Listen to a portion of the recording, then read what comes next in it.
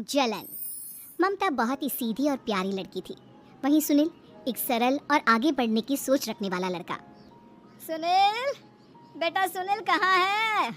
अरे जरा एक गिलास पानी तो दे दो। हाँ माँ, अभी आया। क्या माँ, पानी तेरे सर के पास ही तो रखा है। क्या हो गया है, तबीयत खराब है क्या? अरे नहीं नहीं, वो उठने का मन ही नहीं कर रहा था तो देखा ही नहीं। वैसे क्या कर रहा है? यहाँ बैठ ना मेरे पास। माँ पढ़ रहा था। वो क्या है ना, नौकरी में तो वक्त नहीं मिलता, अब ऑफिस से घर आकर ही तो वक्त मिलता है। अच्छा ठीक है, पढ़ ले जा बेटा।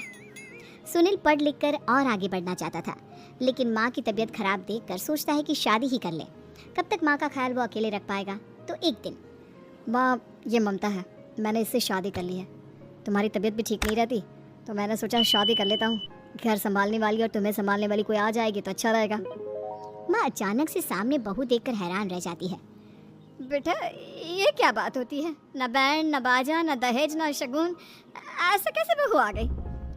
माँ तू तो जानती है मैं नौकरी के साथ पढ़ाई कर रहा हूँ, तो कहाँ से इतना पैसा बचा पाता कि धूमधाम से शादी करता।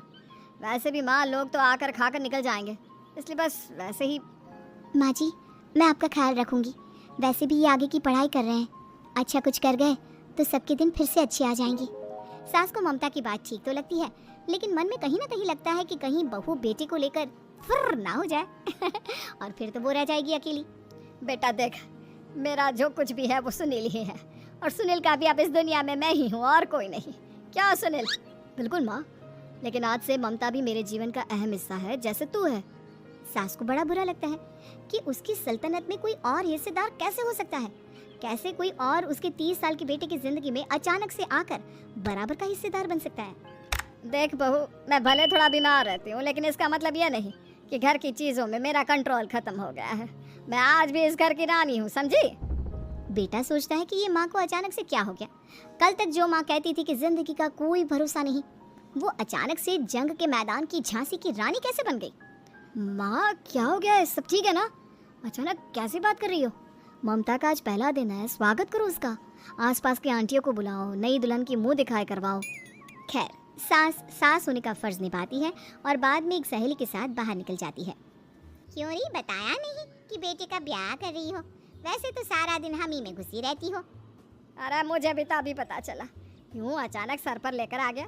कहता है बहू है माँ तुम्हारी, अब इसको भी इतना ही मैं प्यार करता हूँ जितना तुझे करता हूँ। लो जी, ये क्या बात होगी? क्यों इतना प्यार करता है? अरे माँ का प्यार तो ज्यादा होता है। अब उसको तो कोई दूसरा पति मिल सकता है, लेकिन तुम ही बताओ, क्या माँ की ममता किसी और की हो सकती है? ना जी ना, बेटे को समझाओ ये बात। अरे क्या समझाऊं, मुझे तो खुद ही समझ में नहीं आ रहा कि क्या हो रहा है। जो बेटा कल तक माँ माँ करता था, अचानक से बीवी बीवी का राग आलाप रहा है। देखा, उसकी बीवी ना सुंदर और जवान है। सुंदरता के आगे तो एक से एक नहीं टिके, तो तेरा बेटा किस खेत की मूली है? सास को भी समझ में आ जाता है कि बहू की सुंदरता के आगे माँ का प्यार किसी काम का नहीं। उधर बीवी, ए जी, अम्मा जी सहेलियों को छोड़ने गई थी, अभी तक आई नहीं, हम देख आए क्या? अरे रहने दो ना, आ जाएंगी। कहाँ जाएगी, उनकी आदत है, एक बार जाती है तो पूरी पंचायत खत्म करके ही आती है। अच्छा ही है, खाना वाना खा कर गई होगी। छोड़ो ना, घूमेगी तो खाना पचेगा, नहीं तो ऐसे ही खाट पकड़ लेगी। बहू भी शांत हो जाती है। उधर सास सोचती है कि आज थोड़ा देर से ही घर जाती हूँ, जब बेटा परेशान होकर ढूंढेगा तब मजा आएगा। बीवी को खुद ही पता चल जाएगा कि माँ के आगे उसकी दाल नहीं गलेगी। लेकिन वहीं दूसरी ओर घर पर, ए जी, माँ जी अभी भी नहीं आई, हमको तो घबराहट हो रही है कि क्या करें, जाकर पता करें किसी के घर। अच्छा कहाँ जाओगी ये भी बता दो। पहला दिन है तुम्हारा इस घर में और एक ही दिन में मोहल्ला छानोगी क्या? हाँ तो आप भी तो नहीं जा रहे हैं ना, हमको फिक्र हो रही है। अरे यार, ये रोज का है अम्मा का, खाओ और सो जाओ। बस फिर क्या था, बेटा बहू खाना खाते हैं और कमरे में सोने चले जाते हैं। उधर जब सास को कोई देखने नहीं आता तो वो हार कर घर आ जाती है, जहाँ वो देखती है कि सारे घर की लाइट्स बंद है। सास को गुस्सा आता है, बहू, ममता बहू कहाँ हो? लेकिन सारे दिन की थकी बहू को ऐसी नींद आती है जैसे किसी ने भांग की गोली खिला दी हो। वो तो नहीं उठती, उठकर आ जाता है बेटा। क्या बात है अम्मा, काहे चिल्ला रही हो? अरे सो जाओ ना, सुबह की थकी है बहू, वो सो रही है, जोर से बोलोगी तो नींद खुल जाएगी उसकी। माँ को गुस्सा आ जाता है। फिलहाल तो सो जाती है, लेकिन मन ही मन ढेर सारा जहर बहू के लिए भरा होता है। सुबह बहू चाय बना रही होती है कि सास धीरे से गैस तेज कर देती है, जिससे चाय का बर्तन जल जाता है। और जैसे ही बहू चाय का बर्तन उठाती है, उसका हाथ जल जाता है। मेरा वो जोर जोर से चिल्लाकर इधर उधर भागती है कि सास थोड़ी देर में उसके हाथ में पानी डाल देती है। हाय रे बहू, क्या कर रही हो? पहली बार रसोई छुई हो क्या? सासू माँ, गलती से गैस तेज रह गई थी और बर्तन जल गया, जिससे मेरा हाथ जल गया। हाय रे, कितना गंदा दाग। छी छी छी छी, मुझे तो उल्टी आ रही है तेरा गला हुआ मांस देखकर। तू ना मुझे अभी साथ से खाना मत लगाना। बहू भी खुद का हाथ देखती है तो उसे भी रोना आ जाता है। कुछ दिनों के बाद सास की सहेली आती है, बहू चाय बनाकर लाती है। उसके जाने के बाद सहेली कहती है, बहू की सुंदरता ऐसी है कि कोई भी दीवाना हो जाए। वैसे तेरे बेटे का क्या हाल है? अरे वैसा ही है, बहू के पीछे लट्टू। क्या करूं, कुछ समझ में नहीं आ रहा। मैंने तो बहू के चेहरे पर दिवाली के पटाखे की चक्री फेंक दी, उसका पूरा चेहरा जल गया। अब देखो ना रही सुंदरता, और ना ही अब मेरा बेटा उसे पूछता है। अरे अब तो वो उसे छोड़कर दूसरी भी देखने को बोल गया है मुझे। बहू सारी बात सुन रही होती है।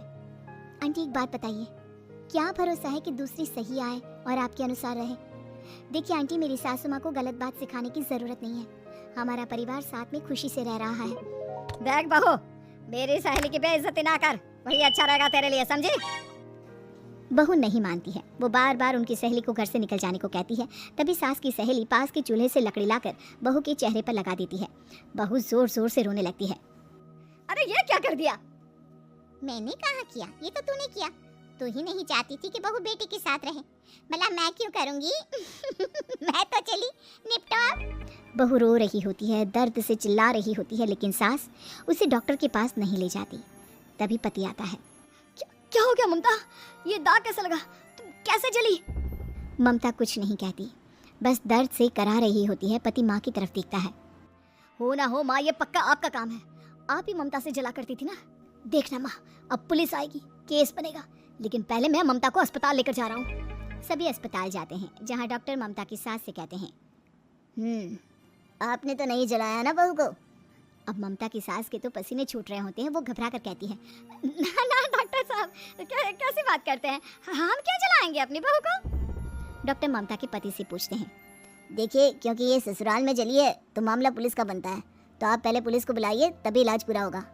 सास डर जाती है कि अब तो बच्ची जिंदगी जेल में ही रहना होगा। रहने दीजिए ना, पुलिस को क्यों बुलाना? सारी हंसी खत्म हो जाएगी जब पुलिस के डंडे पड़ेंगे। बहू को जलाना भले ही बहुत आसान हो, लेकिन उसके बाद सारी जिंदगी जेल की हवा खाना। सास डर जाती है। पुलिस आती है। पास लेटी दर्द से करा रही ममता स्टेटमेंट देती है। तो क्या हुआ था? कैसे जली आप? ममता पास खड़ी सास को देखती है।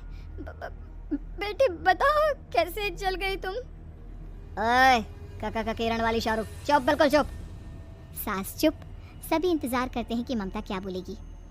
जी मैं खाना बना रही थी, लकड़ी उड़कर मेरे ऊपर गिर गई और मैं जल गई। सास बहू की बात सुनकर रोने लगती है। देखा माँ, कितनी समझदार है ममता। ये चाहती तो, हाँ बेटा, ये चाहती तो मैं आज जेल में होती। मुझे माफ कर दे, मैं आगे से अभी कभी ऐसा नहीं करूँगी। बहू के साथ मिलकर रहूँगी, मुझे माफ कर दे।